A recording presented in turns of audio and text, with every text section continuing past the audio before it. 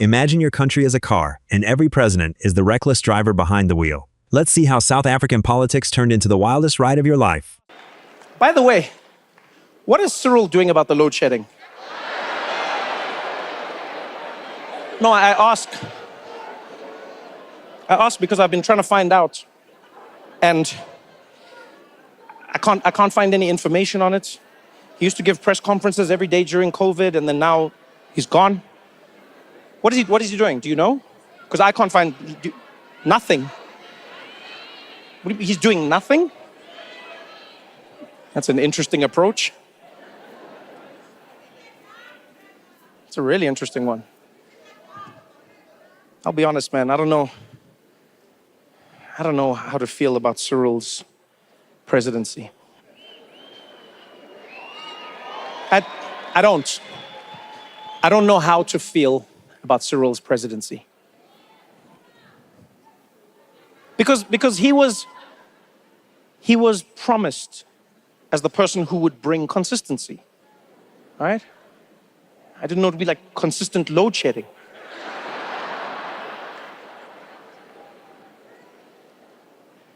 And it's crazy when you think of how it began.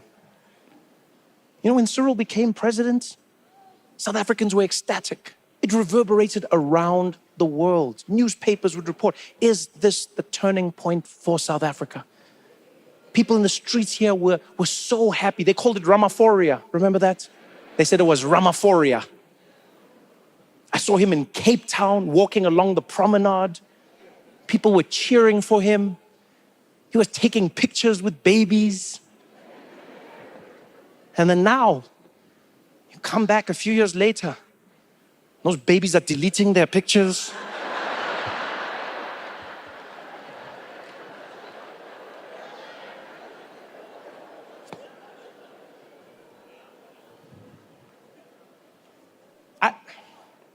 I feel like Cyril is the most disappointing president this country's ever had.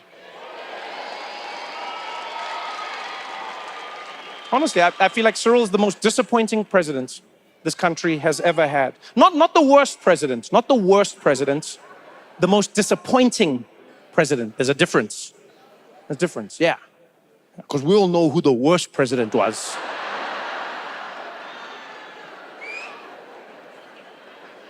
Yeah. Hendrik Verwoerd.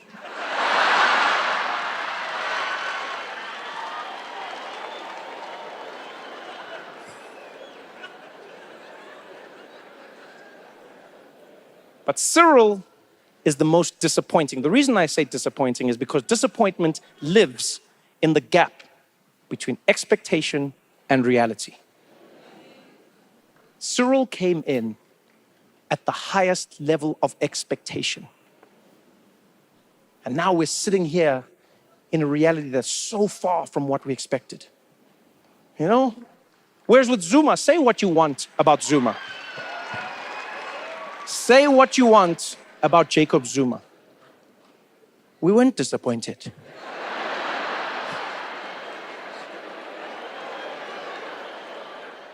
We were shocked, but we weren't disappointed.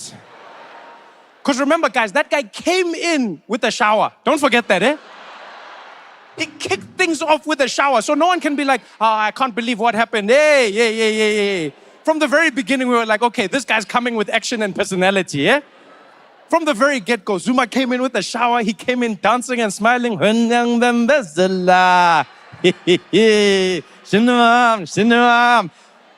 were like, all right, this is what we're going to be in for a ride. And that's exactly what we got. That's exactly what we just didn't expect that degree, you know? If you think of it this way, it's like South Africa is a car. If you think of South Africa like a car, the president is the person driving that car. We're all the passengers. You know, we're there, we're paying for the petrol, we're paying for the maintenance, all of it, and the president's driving. You know, and when Zuma came in, we could see, hey man, this guy, you know, it's gonna be interesting. You know, and he came in there, I'm ready to drive. And everyone there was like, Jacob, are you drunk? And he was like, no, I'm wasted.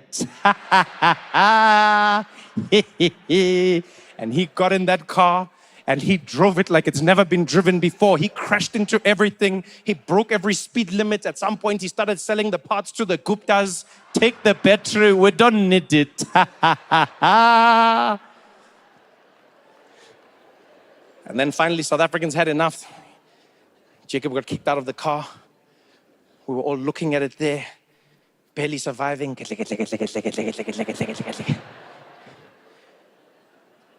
And then we're like, who's the next driver gonna be? Who can drive this car next? And the DA was like, we can drive. And we're like, we're not ready yet. Yeah, it's too soon. Cyril, are you gonna drive? And Cyril was like, yes, I can drive the car. And we're like, wait, Cyril, are you drunk? And Cyril was like, no, I don't even drink. And we were like, oh, wow, okay. All right, here you go. And he got in the car. But what we didn't know is that he only had a learner's license.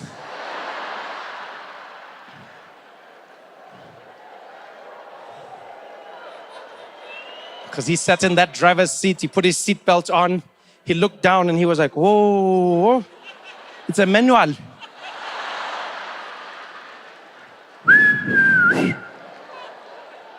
It looks like we're gonna learn together.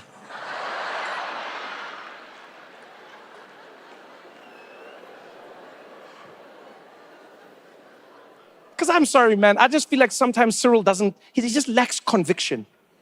You know, that's what it is. I think that's what a lot of people feel. It feels like he lacks conviction. He'll come out and be like, I'm gonna fight corruption, I'm gonna fight it. And it's like, are you fighting it though? You know, it doesn't feel like you fight. Like if you're gonna fight corruption, fight corruption. And if you're gonna be corrupt. You know, just lukewarm. Political scandals are usually about giant contracts or nuclear weapons. But in South Africa, it's all about buffaloes and cash stuffed inside a couch. Like even his scandal, even Phala, what was that? Huh? What kind of scandal was that? Guys, come on, man. What kind of scandal? Not nuclear weapons, you know? Not giant contract, no. Buffalo.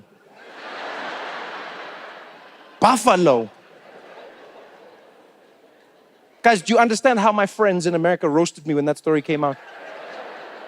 That was a tough day in my life. When the newspapers overseas said South Africa, they said South Africa's president in trouble for buffalo. My friends loved it. Came up to me in the office, they're like, dude, Trevor, so you guys have buffalo scandals in South Africa? I was like, yeah, it's not like a normal. He's like, dude, you have buffalo scandals? Dude, like what is that like a thing out there? You guys like love buffalo? I was like, no, we don't just love buffalo. Like, dude, you love buffalo. South Africans just, you love buffalo. You guys probably have like buffalo on your money. I was like, no, we,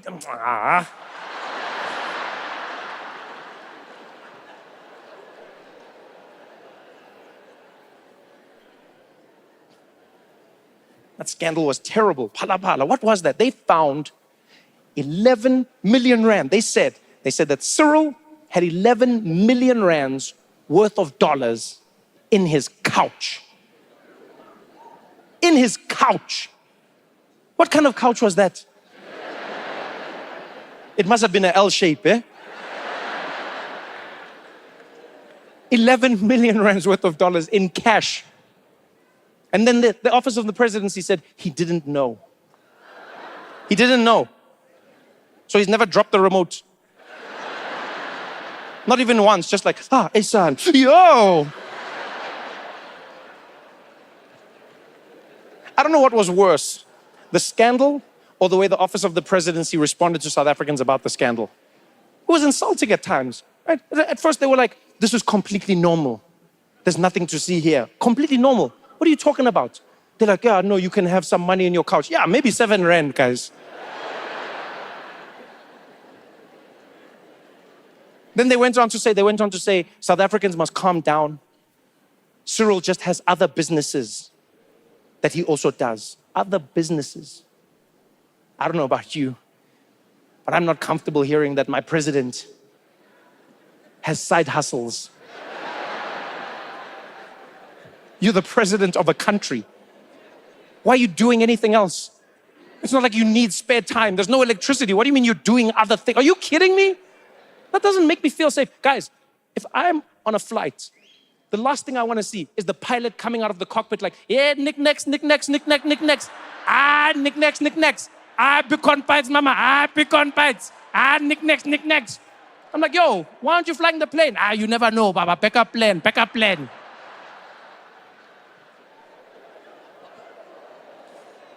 Are you kidding me? They're like, Cyril has many jobs. How many jobs? Are we just gonna find out by surprise? Huh? One day I'm gonna open my Uber app and I'll just see Cyril is on the way. You're like, this guy takes Tumamina seriously, eh?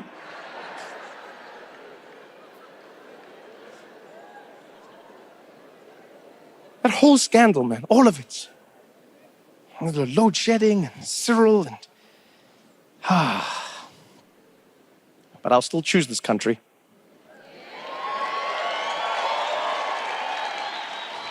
What's going on, Los Angeles?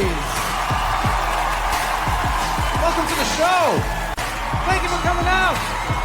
Thank you for being here. This is so much fun. Welcome out.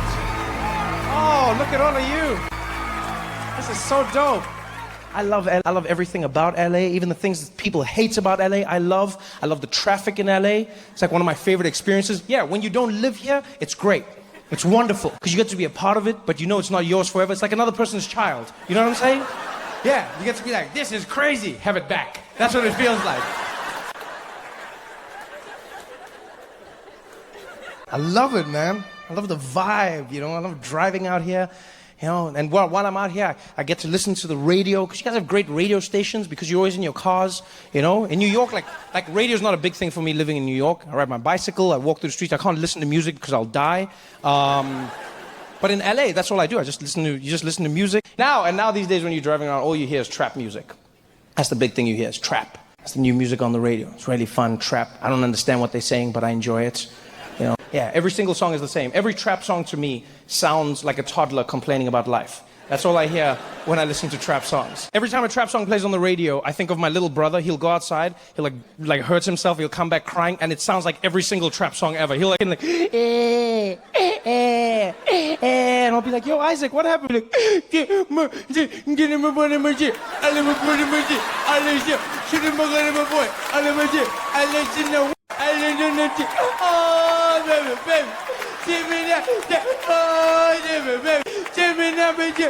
I'll be like, yo, dude, slow down. I thought you were playing with your friends. What happened? All my friends are dead. Push me to the edge. All my friends are dead now. Give me to the edge.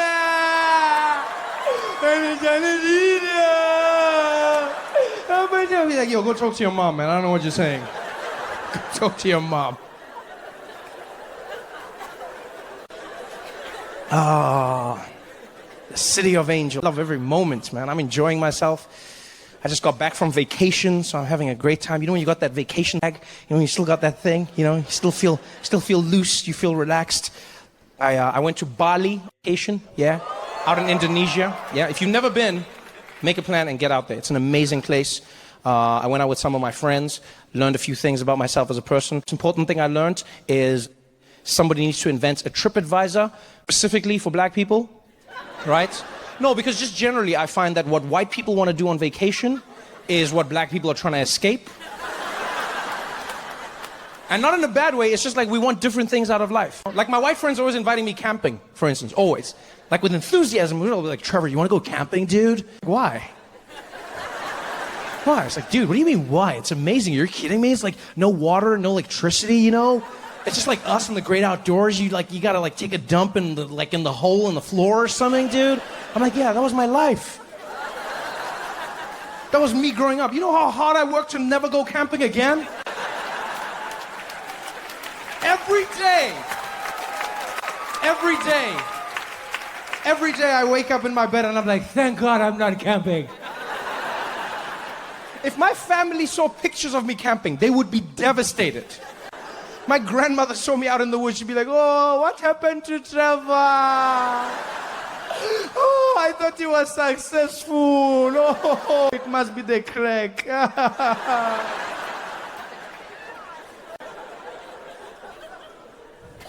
was like, I don't know. I don't think I have that as a problem. I think it's probably something. She's like, no. I've got notes. Hold on. I've got some notes. And she pulled out the notes and she's like, let's go through some examples. And there was one example that really, she was right. It happened with an ex-girlfriend of mine. It was Relationships are complicated, but nothing tests a man's survival and communication skills quite like trying to decode this one-bedroom phrase. the fracture that led to the end of the relationship, really. It wasn't the moment, but that fracture caused the outcome. We were getting ready for bed. It was an innocuous night, brushing our teeth, getting into the covers. And then before we turned off the lights, we started talking to each other and we got really cozy. You know those moments where you're with the person you love and you just find yourself in a rabbit hole of stories you've never told, feelings you've never shared, and you're laughing and you can feel you're falling more in love. And we're lying there on the pillows, looking at each other, and she's there staring at me. And all of a sudden she's like, hey, can I ask you a question? I was like, yeah, of course. She's like, if you could change one thing about me, what would you change? Now, I have since learned that there is a correct answer to this question. And yes, one correct answer. Regardless of how unique your relationship is, if you want to win this game show question, the answer you give, if she says to you, if there's a woman in your life and she says, if there's one thing you could change about me, what would you change? The correct answer is nothing. Aha. Yes, I wish you were all there with me that night. Yes. The correct answer is nothing. You say nothing, babe. I would change nothing about you because everything you are makes you perfect for me. If anything, can I be honest? I would change myself. I would change myself so that I would be better able to receive the love that you so freely give. That is what I would change. That's the unabridged answer, should you wish to use it. Yeah. That is not the answer I gave. Nope. I said what was in my head. She looked at me, she said, if you could change one thing about me, what would you change? And I was like, oh, one thing. Ooh, one thing. Oh, one thing. Wow, that's a tough one. One thing. Only one. I went, oh, okay, let me think. Hold on, let me think. If it's only one thing, what would I change? Okay, I think I got it. If I could change only one thing about you, I would change how you communicate during sex. And she was like, what? Yeah, and then it snowballed. I know I was wrong, so please don't judge me. I know I was wrong, and I'm working on it. I'll explain to you what was going through my head, all right? What happened that night is, first of all, I thought it was a real question, okay? Secondly, I was trying to express a feeling that I had. And that feeling was a confusion that I would often have, and sometimes a frustration when my girlfriend and I would be getting intimate, right? We'd be in an intimate setting, and she would say, and I'm not trying to be lewd or anything, right? She would be like, oh, I'm gonna come, right? By the way, ladies, is the greatest phrase you can ever say to a man, like ever. There is nothing a man wants to hear more in his life than that sentence. You say that sentence, we have reached the pinnacle of manhood. We have achieved. We have arrived. Yes, you say that and we're like, me, Tarzan. It's done. It's done. And it is so powerful on us ladies that we will reach a level of our masculinity that we didn't even know we possessed. Yeah, you say that to us and we'll become stronger. We will overcome things that we couldn't. Our fatigue goes out the window. Yeah, we forget about that cramp. We, like, any situation, like sometimes we can't breathe, you know? Sometimes we can't breathe. Sometimes our nose is blocked. And what we're doing at that time is we're moving from breath to breath, right? We're doing our thing, and then when we run out of air, we like a whale breaching, we'll pop up, and then we'll dive back into the depths of your pleasure, right? And this is fine. It's a rhythm that every man has figured out for themselves, right? But ladies, understand, we are going from breath to breath. And when you say, I'm going to come, we then go, this is not the time to breathe. This is my calling. I have but one breath and I shall use it well. And so we hold it and we keep going. We keep going, we keep going, and we try to get you. Now, the thing I didn't know at the time was when my ex would say the phrase, I'm going to come, what she actually meant was, the action you're performing on me is quite pleasurable, and I would like you to continue. Please continue exactly what you are doing right now, at the same cadence and preferably same pressure. Don't get excited because I said that phrase. Don't switch things up. Just do exactly what you're doing now, because you're on the right track. You got this, champ. Keep going. Before you were all over the place, but this is it. If you do this, there's a good chance that I am going to reach my climax. So you keep going, buddy. You got this. I believe in you. You're getting warmer. That's what she meant. Right? But you got to understand, that's confusing. That's confusing, ladies. Right? Because you're saying this thing, going to come. And I understand now, like fellas, when we're like, I'm going to come. In many ways, they're saying it the same way a person at a bus stop would say, bus is going to come. Right? They mean you are at the correct location for a bus to coincide with yourself. This is where the bus will come to. But the when is the issue. The when is where we are not connecting. Because ladies, men, we are quite literal about... You see, when women are saying it, it's theoretical. When women are like, I'm going to come, it just means that this is the right direction. Going could be 3 minutes. She could come in 15 minutes. It could be her next relationship. Nobody knows. But you gotta understand, ladies, we're not breathing. We're not breathing. We're holding our breath. We're at our limits. We need breath to live. This is probably why men live on average 10 years younger than women, because of all the breaths we've missed waiting for this to happen, and it does not happen. There's nothing wrong with it not happening. It's just that we didn't know. Because we're a lot more literal when we communicate. We're simple creatures, men. It is what it is, like a dog. Where's the ball? There's the ball. Where's the ball? There's the ball. When men say, I'm going to come, it means that the come is going. The moment is imminently upon you, ladies. That is what I mean. When a man says, I'm going to come, this is the time. There is no other. There is no ad break you can take. There is no pause you can make. The come is happening in this moment. You cannot blink. You can step in the road, the bus will hit you. That's what I'm saying. The bus is there now. The bus is there right now. You'll be like, where's the bus? There's the bus. There's the bus. He says, I'm going to come. That is it. That is like, sometimes we already have. I'm not gonna lie. Sometimes it's already happened. I'm just going to be honest with you. Sometimes it's already happened, and we were trying to not make it happen, and then we're like a little kid snitching on ourselves. We just mess up the tense. You know, we'll be like, Mommy, I'm going to break something in the kitchen. It's already broken. It's already broken. And so that's why the worst thing you can say at that moment, ladies, is, oh, not yet. No, yet has already occurred. Yet has concluded. And now our manhood has been crushed with this tiny little phrase you say, not yet. And then we're like, oh, yet. And then we try, but you cannot. It's finished.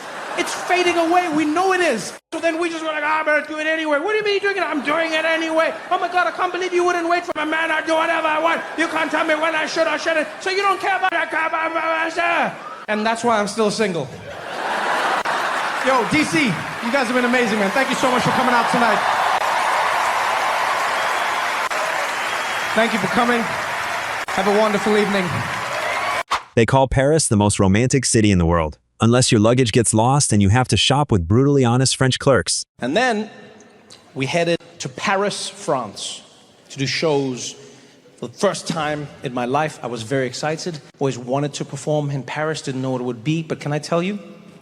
Paris is everything they tell you it is. It is easily one of the most romantic cities I have ever been to in my life. I fell in love 1,000 times. I was by myself, it didn't matter. Yeah. Every night it was just me and those bed bugs, baby.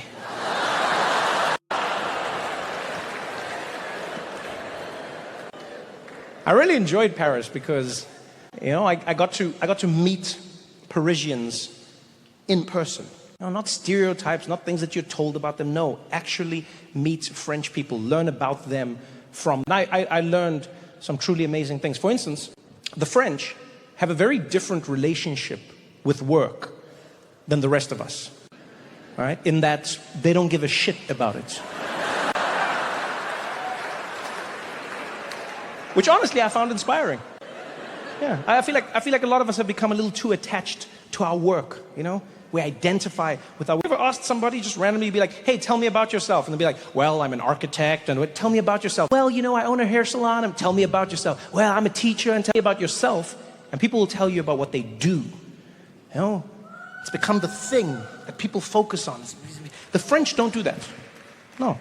You'll never meet a French person who does. You'll be like, excuse me, what do you do? Be like, me, I go for walks with my friends, and I like to eat good food. And no. What do you do for a living? For a living, pardon, okay, for a living, okay. No, I breathe, and I drink water, and of course I have to make love, It's just a different way to be, man. Not being so attached to work. It was lovely. I learned this because when I flew to Paris, my luggage was lost, right? Yeah, I landed in the airport and bags were gone, didn't arrive. I discovered this obviously at the carousel, which is one of those shitty things that airlines do to you. Right? They know your bags are not coming. Yeah, they know where your bag is every single moment, but they don't tell you. They let you stand there like an idiot with hope in your heart. They could literally come to your seat before you take off and just be like, it's not coming. Spoiler alert. But they don't. They let you take off with all that joy like an idiot. Whee! I landed in Paris. I thought it was the beginning of a great trip. I was skipping around, I had my full luggage swag. And I was like, I'm gonna get my bags, go into Paris, start exploring. Got to the carousel. I was like, full luggage swag. That's right. Let me get my luggage. Everybody's like, excuse me. Make some space, please. I would also like to lean over the carousel. It makes the bags come quicker. Come on, lucky bag. I had full luggage swag.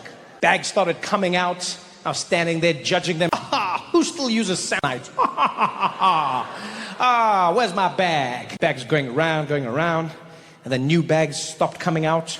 I started worrying. And then at some point there were fewer and fewer bags. And I was like, my bag's not coming.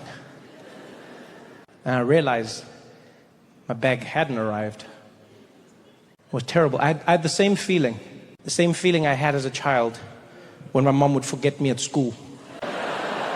The exact same feeling. I was just standing at the carousel. I felt like I was that kid, 10 years old again, just... No,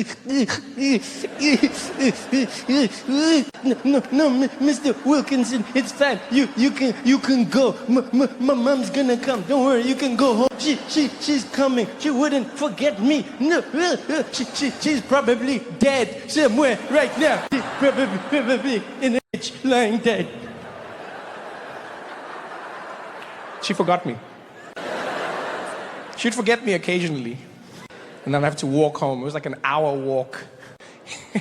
And I'd get home. And she'd always have the same reaction when I walked into the house, because my mom worked from home, and so she'd have like a little computer where she'd be typing away, and I'd walk into the house, and I'd close the door, be like, always the same reaction. She'd be like, no, baby, no.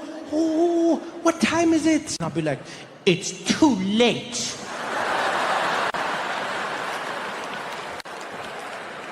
I'm not gonna lie, I hated being forgotten at school, but I savored those moments. Because it wasn't any sweat, to be honest. Like, I liked walking, it's not like I was stressed on the walk. I'd be kicking stones, singing on the way back, and then I'd get to the house and I'd be like, no, wait a minute. I loved it, because that was the one moment when I was allowed to give my mom unlimited attitude with no repercussions, none. Because when I was a kid, you couldn't just be like give attitude. Like, I wasn't a white child, you know what I mean? You couldn't. I had to watch myself. But when she messed up, I loved it. I'd walk in. Can you forgive me, baby? I'd think about it. So now I had to find somebody to help me. I look around. It's an older French gentleman standing on the side. Gray hair, rosy cheeks, short little guy with glasses. And so I walked over to him, and he was wearing a red vest. And in French, it read, information.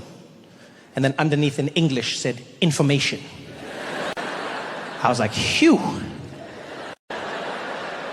Bonjour, hello, hi. He's like, oh, hello, bonjour, bonjour. I said, English, French? He said, English? Yeah, oui. I said, okay, could you help me, please? My luggage didn't arrive. I would like to know, what do I need to do? He's like, oh, the luggage didn't come. If you go with different for one, maybe you can put you, because different flight airline can be put on different ones. You have to try to maybe go different. Maybe they will come in for tracking, look inside the app, and that one you can really find for you, because it's not the more different, because we are not in control with the airport, but the different ones they are putting for the airline, they are in control, so maybe you can't see for that one. I was like, okay, all right, let's try French.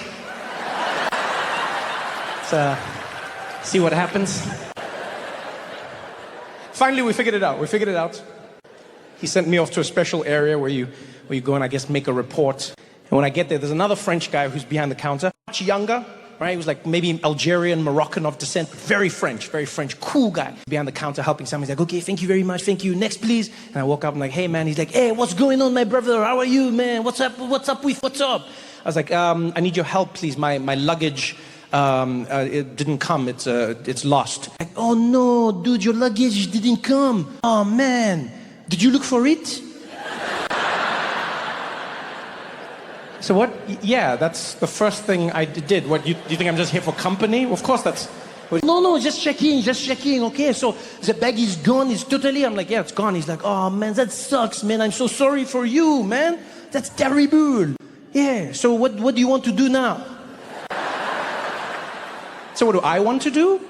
I said, well, I would like you to do something, like to... Can we like make a report or something? He's like, okay, yeah. You want to make some paperwork or something? It's for your insurance, so they can pay you for it. I said, no, it's so that you can find it and bring it to me. He's like, oh no, don't worry, man, don't worry. We are not going to find it. No, man. No, don't worry about that. No, it's Paris, man. When the bags are gone, they are probably gone. Yeah, they don't ever pop up. Sometimes if you are lucky, but if it's not here by now, it's probably gone, It's Fridays, there are some strikes, just you can leave. Don't even stress yourself. You can go. It's like, don't even stress myself. Yo, this is my luggage. This is like all my clothes. Like, yeah, but you are in Paris, you need clothes? This is Paris, man. Man, Paris, go and buy some clothes. What's wrong with you, man? Chill. He was so confident, he made me feel like I was wrong. Like I doubted myself, walked away, and I was like, am I wrong? Am I too attached to my luggage? He wasn't lying. Paris, I had to go and buy clothes because I had nothing for my shows, for anything. And if you ever do go to Paris, take some extra money for the clothes shopping. It's amazing. And try and also pack an extra pair of self-esteem. Yeah, you'll need it when you shop with the French, because they're not your friends. Yeah, I've never been to a country where you are truly on your own when you're shopping. Like you walk into a store, nobody helps you, nothing. You don't know who works there, you don't know who's doing anything. Literally, it's like undercover employee. You're just walking around. It's like 20 minutes, nobody helped me. And then finally I started picking my own clothes. And then I heard like an annoyed voice behind me. It was like, can I help you? I was like, hi, yes, I need to get a few clothes, please. My luggage was lost. And then Detroit, I got roasted more than I've ever been roasted in my life. Ever. I got roasted. Everything I chose came with a scathing review. I was like, yeah, could I please get this in a medium? It's like, medium? You mean large or extra large, no? Yeah, no, this one is the medium for your body. I don't think so, no? I was like, I'm sorry, what? He's like, no, yeah, I think you are large, extra. I can bring that one for you, okay? Medium is too much for the shirt, okay? I'm like, what? Yo, everything. There's a point where there's a jacket I wanted to buy. I was like, yeah, could I get this? He's like, oh no, this one for your skin tone is not great. No, you have to think about what is complementary for the colors inside the fabric and also inside your face, okay? This one is not the best. I was like, yo, I already own something like this. And you are wearing it? Well, not anymore. No, you can wear it if you want. No, c'est tranquille. Go ahead, go ahead. I was like, no, you threaten me now. They, you know what? It's just different. A friend said to me, a friend was like, dude, the French are assholes, right? I was like, no, I don't think that they're assholes. I think they're just very honest, right? And a lot of the time, it's hard to tell the difference between the two. Because one day I was speaking to a French woman, and I worked up the courage to ask her, say, hey, why are the French like this?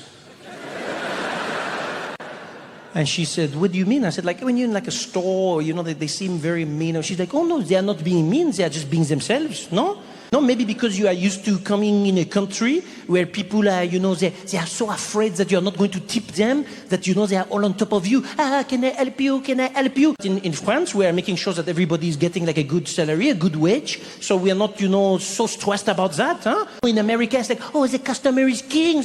But in France, you know what we do to kings. So, you know, it's not the same here.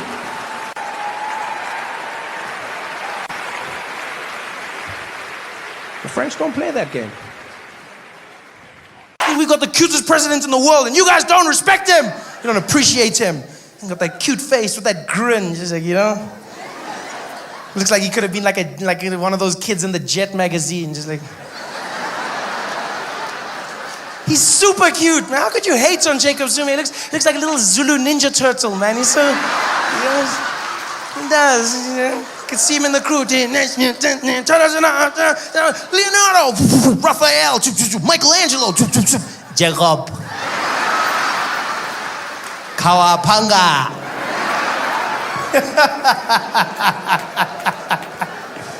Oh, I miss Jacob so much. And you people were torturing while I was away. You were torturing him. How could you do that? Painting horrible pictures of Jacob Zuma.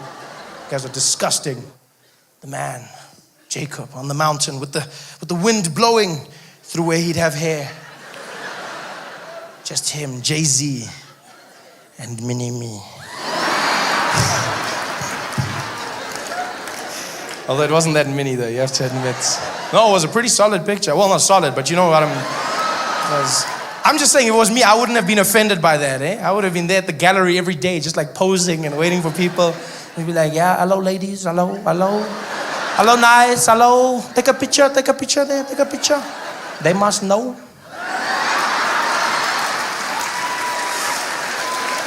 So strong and so confident.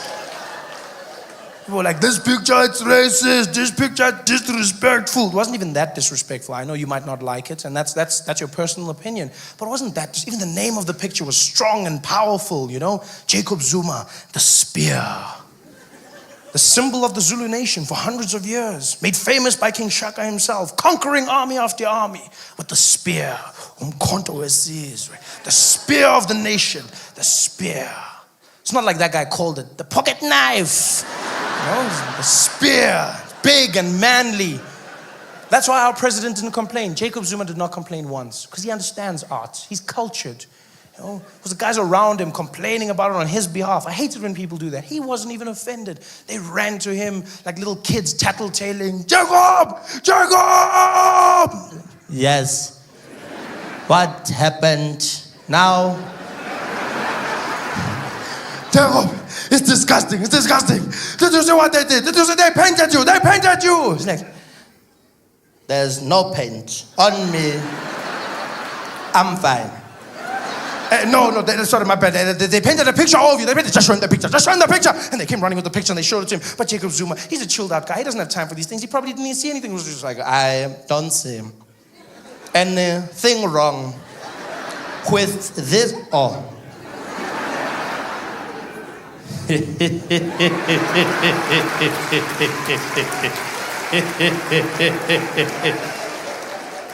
The giggling Casanova has no time for these trivial pursuits. I wouldn't be shocked if Jacob's having the time of his life right now in the presidential bedroom.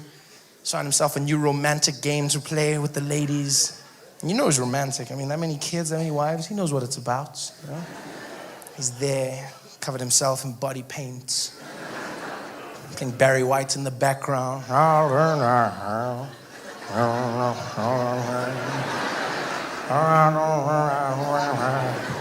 Gets to the bedroom door looking all sexy. Looking in the door at his wife. Number 2. Are you ready for this beer? She's there like, ooh, I'm not ready. I'm not ready. And he's like, ready or not?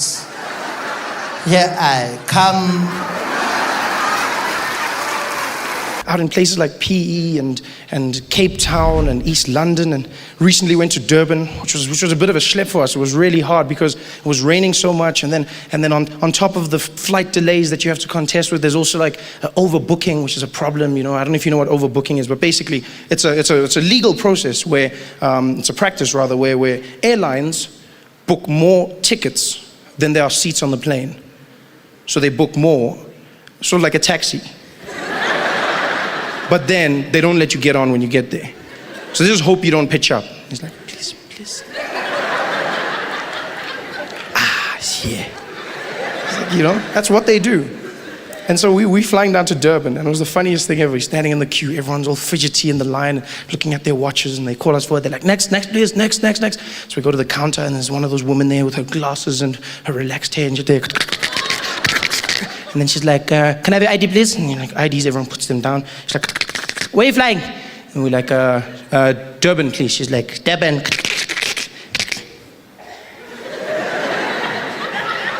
Durban. Yes. Mm-hmm.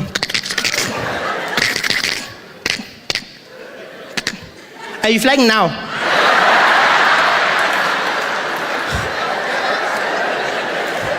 No, tomorrow, it's a practice run. Are you flying? And we're like, yes, we need to fly now. Okay. And then she starts typing frantically, which I never understand, because when I book my tickets, all I need to do is click. It's click, click. Joe, that one, click. That one, click. And then it does it all and then she's there. I bet she wasn't even busy doing our tickets anymore. She's just like there, clicking. She's probably on like Facebook or something there, updating her status. Yo, another one is here. I'm dead. Another one here. Yo, dead. You overbooking. Dead. Oh, poke back. Dead. You dead. Death by overbooking. Yo.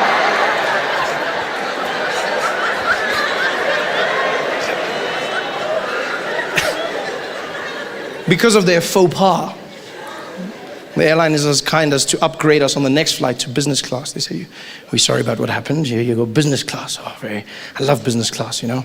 You get to go to a special lounge where everyone's very businessy, yes.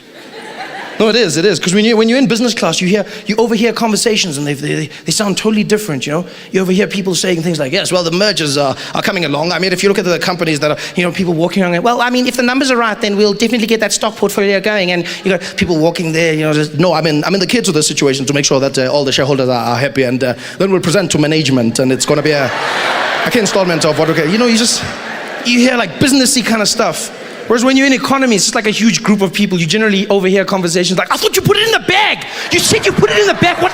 It was on the table. I asked you to put it more. Why is it not in the bag?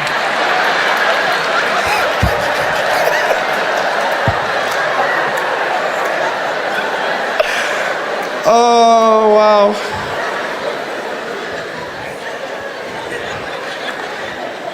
And so we're going through the airports, and then we go through security. And I love security in South Africa. It is the most chilled out security you will find anywhere in the world. It is. Like, South African security is just like, you know, we work on an honesty system in this country, you know? The security guard, he's there to enforce, but it's more on honesty. It's like, look, it's up to you. This is the honesty place. This is where we all admit to our sins. Come forward. Do you have anything to declare? You know, it's like that type of place. Overseas, when you come through customs, it's the craziest thing ever. You got to take off everything. You got to take off your shoes, and you take off your belt, and you can't wear a jacket or a hoodie or a cap or anything. You got to take off your rings and nothing, not even coins in your pocket. Even you got like a big filling, then you're in trouble. Then and they'll be like, then you're like, but it's my teeth. And they're like, well, you're gonna have to do something. You're gonna, you know. And then like colored people are like, excuse me, yeah.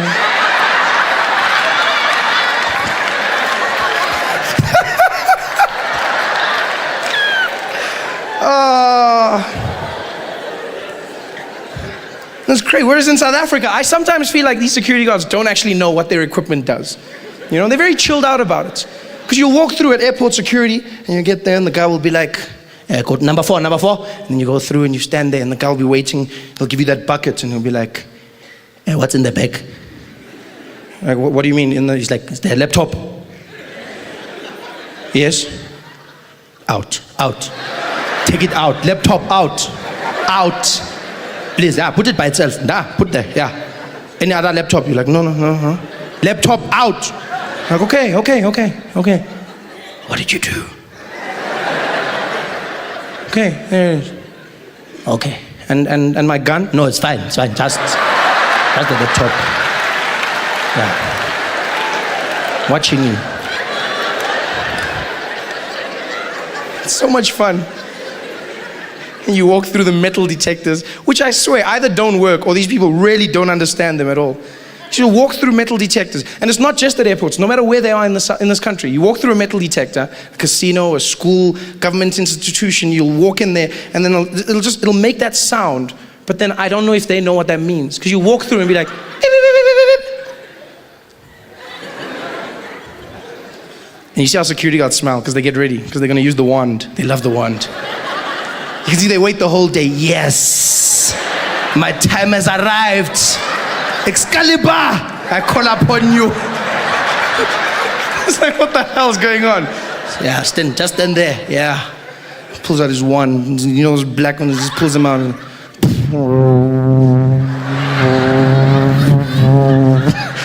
okay, it's not. I'm sorry. I'm just.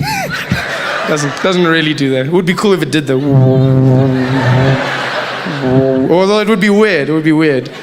You know, for like some guy from the township to have a lightsaber.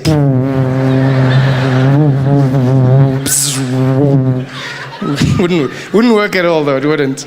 It wouldn't be like Darth Vader, it would be like Braveda. Bravi!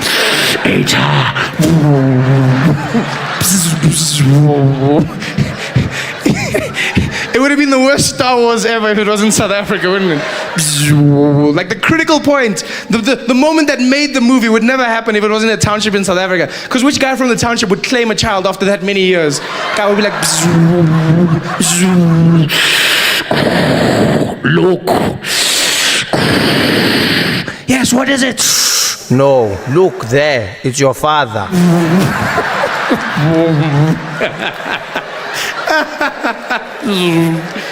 But it wasn't. Okay, sorry, go ahead. I digress. The wand. Comes sorry. Comes out with the wand. And they always do that thing, you know, they go around. And we don't know what it's supposed to do or not, you know.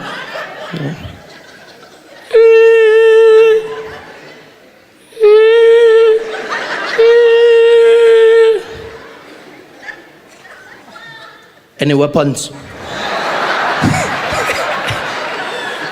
What was that for? Even if I had something, I'm not going to tell you now. Obviously, you have been defeated. Any weapons? No? Oh, okay. And that's it. We like work on the honesty system in this country. Everywhere you go. Like, I'd like to meet the genius who invented the honesty book. Ah, yes, the honesty book. Yes, the book of truth. No one can lie when they write in this book. Whenever you visit someone at a townhouse or office complex, we have the book of truth. Fill in the book before you enter. Name, yes. Surname, phone number and address. Reason for visit, PVT. We'll just do that. Look at everyone else. PVT.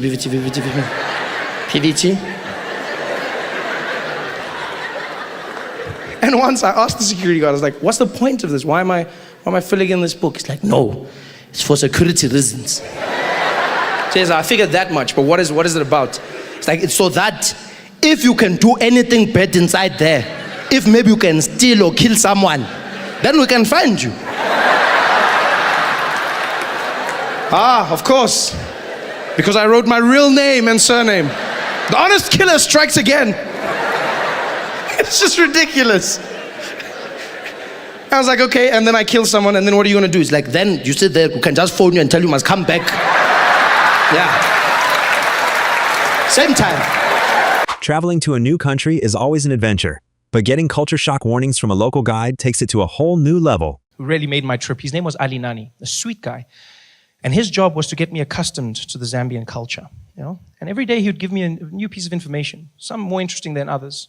Like one day he looks at me and he goes, Trevor, Zambia is a very, very conservative nation, huh? I said, oh, okay, Ali. He says, yeah. So please, stay away from profanity. I said, oh, okay, I can do that, And I assumed he meant swearing, right? But I didn't say anything because I wasn't sure if he meant a person or swearing. I wasn't like, no, because in Zambia, people have names like profanity. So that's how I laughed when I met Screwdriver, eh? That's the same way I laughed. Yeah, because you see, in South Africa, we have African names you can translate, like happiness, blessing, hope, those kinds of names, right? But then in Zambia, people give their names, like their children, they give their children names of everyday English words, anything. So like table, chair, car, house. Yeah, you see like this, you just have to get used to it. It's very hard, but you have to keep a straight face. Which was difficult because I met a mechanic who had sons named Brake and Clutch. And that was not, especially when Brake was running around causing chaos. And his dad was there like, stop it, Brake, stop it, Brake, stop it, Brake. And I was like, hey, stop it, Brake. But you have to get used to it. It's a cultural thing, and so you have to respect it. And the second warning Ali gave me was even stranger.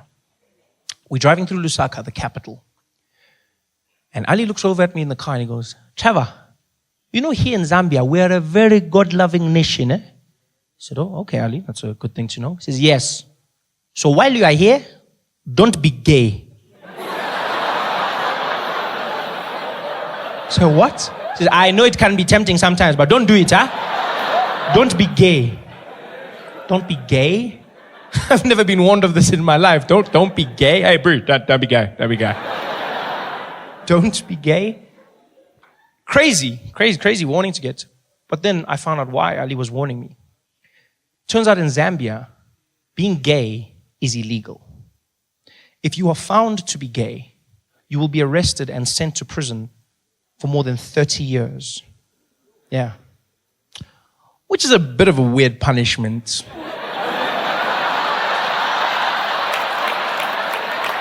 When you think about it. I mean, I'm not saying gay guys would enjoy prison. I'm just saying if I was gay, that's not the worst thing you could do to me. You'd be like, you're going to jail. I'd be like, oh no.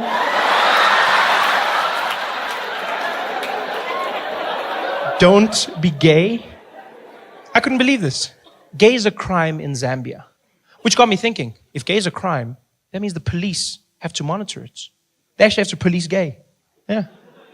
Which means in their police force, they have a gay division. It's a crime. It's a crime. So that means they've got a murder unit, they've got a robbery unit, they've got a white collar crimes unit, and then they've got a gay unit. Huh? Yeah, they've got a little G unit in their police force that's responsible for all things gay. That must be the most fun police force to be in the world. You get to go undercover, dress up really nice, get in touch with your flamboyant side, just have a good time. I bet the sergeant's there every morning briefing his detectives. Good morning, detectives.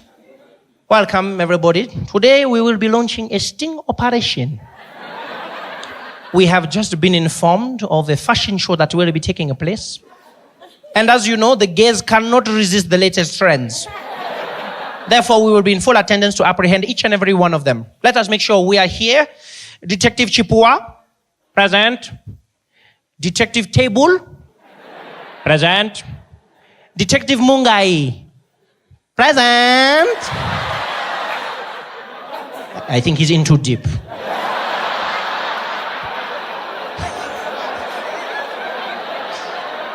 How do you police gay? Do they stop you if you look suspiciously gay in the streets? I mean, gay doesn't have a look, but maybe you've just got a bounce about you. Maybe you just have like a bit of pizzazz. Maybe, Do the police pull up there and it's like, woo! You over there! What is the purpose of that flamboyant scarf? Put your hands up! Turn around! Don't tempt me! Don't tempt me! You're going to jail. How do you police gay? Do they have roadblocks, like for drunk driving? Do they have gay roadblocks? They're just stopping people in their car. Good evening, officer. Good evening, sir. License, please. Thank you very much. Mr. Stylish, huh? Tell me, sir, have you been gay this evening? What? Oh, no. I have not been gay. No. In fact, I don't gay at all. I see. Not even one or two? No. No gays for me. No gays for me. Okay. Then tell me, sir, what is that I can smell on your breath? Is that balls? No. No, I don't even eat chutney. No. So you are not gay? No, not gay at all. Then, sir, can you please blow into this?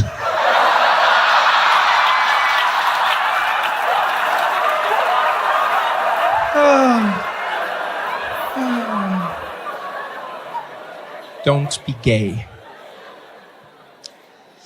I was not gay while I was in Zambia, so I had a good time. Went around, saw the people. The highlights of my trip came when on my day off, I asked Ali for suggestions. Ali said to me, maybe you should drive around Lusaka, meet some of the people, just have a good time. I said, Ali, I want to do something special. He said, okay, well, in that case, maybe you can go to the mall. And if you are lucky, maybe you can ride the escalators, huh? So what? Yeah, I'm not promising anything. But if you are early, maybe you can go once or twice. So escalators, I know, mind-blowing, huh? I thought he was messing with me.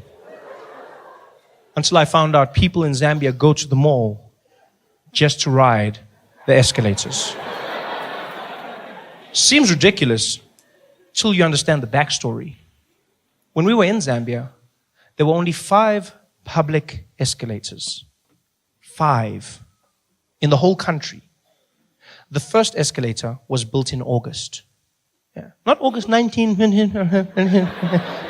You guys remember August? August? You guys remember that? They built their first escalators ever.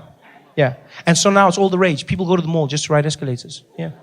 But now, I don't want you to picture like some dusty village. That's not what Zambia is. It's a beautiful place. They're developing just as we are. They've got roads, they've got airports, they've got beautiful hotels, stunning shopping malls. They've got everything we've got, even faster internet. They just never had escalators. And now they started building them. And because of that, people go there and they just spend a day riding escalators. Dads will go home and fetch their kids. Children, we are going to the mall. To do what, Daddy? To do shopping. And to ride the escalators. Yay! We couldn't believe this, so we went to the mall, right? We get to the mall is empty. Escalators are packed. People are standing in lines, going around, doubling back on themselves. There's old people, young people, even couples. There were couples. Guys that actually picked up women by saying, I'm going to take you to the escalator, girl. Ooh, you're so fancy, eh? Escalators. Some people didn't even know how to ride the escalators. Kids were easy. They just jumped on. Old people would panic. There was one guy who got on the escalator and it was going up. And I guess to compensate for something in his mind, as it went up, he started leaning. He fell down. He was hurt so badly. Oh, it was fantastic to watch. We spent like 3 hours doing this, just watching people riding escalators. And you know what? Our patience paid off. Because in hour 3, the most fantastic thing happened. A school brought a class of children to the mall.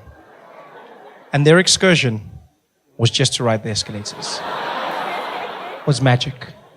30 kids, about 5 years old, cutest things, wearing their little black and white uniforms. And they're standing there together holding hands. And they were so excited, so they're shining, not from excitement, that Vaseline.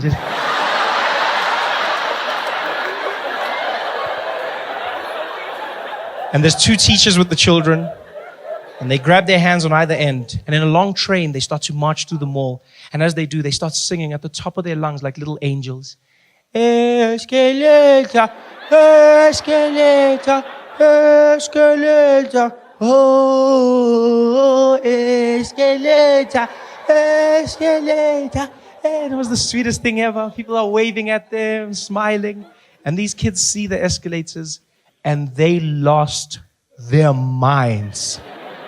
These kids went crazy. They not holding hands. They start screaming and running around. It looked like a zombie movie or something. This is like they're jumping, but then you see the smiles on their faces. It looks like the end of Sarafina. You're like, what the hell's going on here?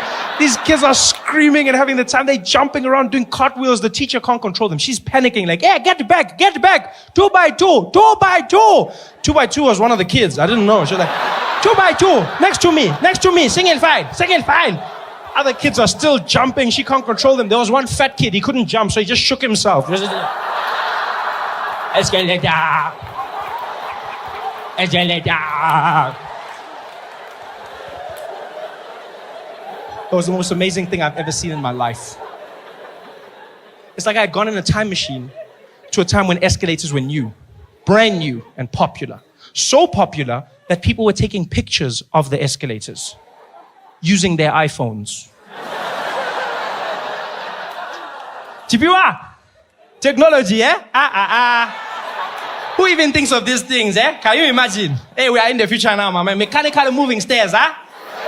What are we going to see next? I don't even know. I wonder how it works, eh? Let me just check there. Siri, how does an escalator work? I don't know, eh?